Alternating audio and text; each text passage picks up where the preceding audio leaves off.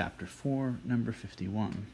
A soccer ball is kicked with an initial speed of 8.25 meters per second.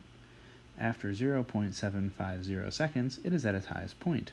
What was its initial direction of motion?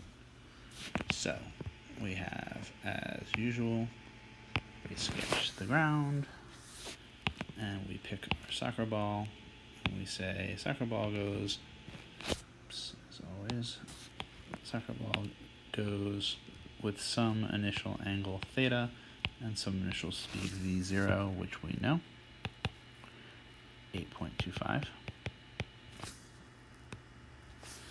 And then, being a soccer ball in parabolic flight, it makes a parabola, and we are told it's at its highest point at 0.750 seconds. So there's the highest point, and we're saying that occurs at a time, I'm going to say the midpoint of the flight, and it's 0.750 seconds. And what we know, of course, is at its highest point, it is only traveling horizontally, because that's what it means to be at its highest point. It's neither rising nor falling, so it must not have any vertical velocity there. Of course, way back here at the start, we would have v0 theta, and there'd be a v0x and a v0y.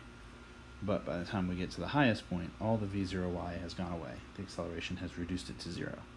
And that's going to be our basic thing. If we know v0y, then we would be able to use that in the triangle to get theta.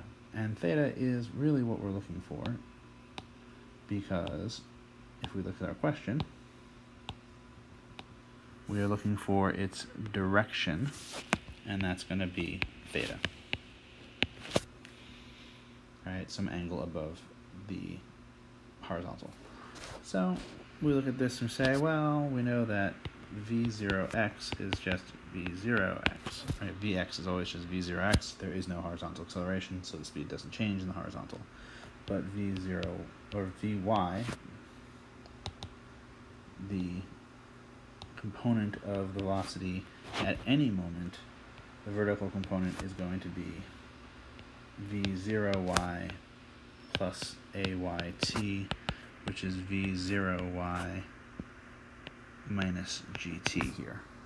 And at the moment we care about, at our midpoint, we would have that this is 0 when the time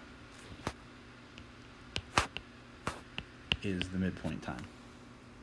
And so v0y is going to be just g times t midpoint, or 9.81 meters per second squared times 0.750 seconds, and that comes out to be an initial vertical velocity of 7.36 meters per second. All right, and then we can say, well, looking at our diagram here, we have what is clearly going to be the opposite side.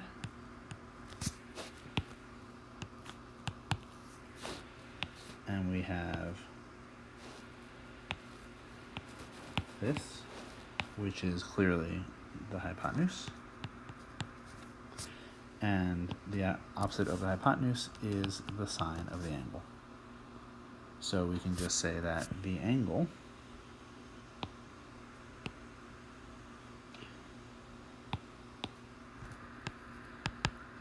is the inverse sine of the opposite, which we have found out to be 7.36 meters per second, divided by the hypotenuse, which was the initial speed, which is 8.25 meters per second. And feeding that into a calculator, the inverse sine of that stuff is 63.1 degrees, which is suspiciously similar to the answer we had in number 38, which is kind of funny. You can look at that one. But there we go. It's launched at 63.1 degrees.